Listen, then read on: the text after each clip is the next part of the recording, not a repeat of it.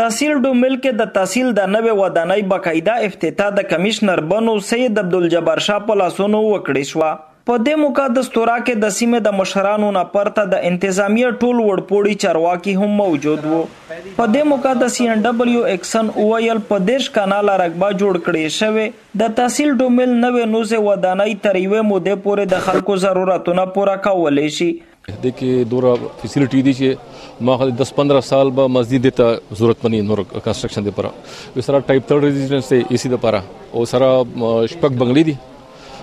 टाइप 4 क्वार्टरी दी पके और टाइप 5 क्वार्टरी दी पके और यो बंगला दा पके और सारा ओवरहेड टैंक दे जुमातुम दे दे प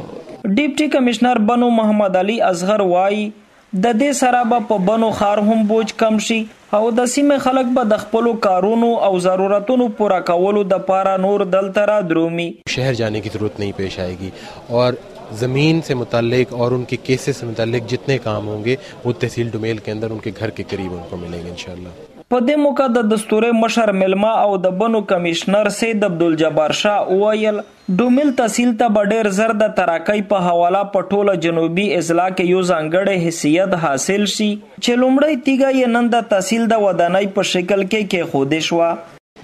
خلکو دا سهولت ورسېد چې کم تحصیلدار نایب تحصیلدار د AC دفتر د TMA دفتر دا ورته ټول د یو چت لاندې ملاویږي. دین علاوه په دې بلډینګ کې مطلب غټ هالونه جوړ شوي دي کم چې د خلکو قومي جرګې کم چې د خپل افسرانو غوښتنې او نرسه ډیمانډ دي راتلی شي دلته په طریقه کې ناستی شي پنکې لګېدلې دي ټول سهولت موجود دی. بلې خواته د تحصیل ډومل د ودانۍ په جوړولو او فعالولو باندې د سیمې عام اولس هم د ډېرې خوشحالۍ څرګندونه کړې ده ځکه چې دغه خلک د بنو د ښار نه ډېر په فاصله دي او هلته پتلو راتلو کې ورته مشکل وي.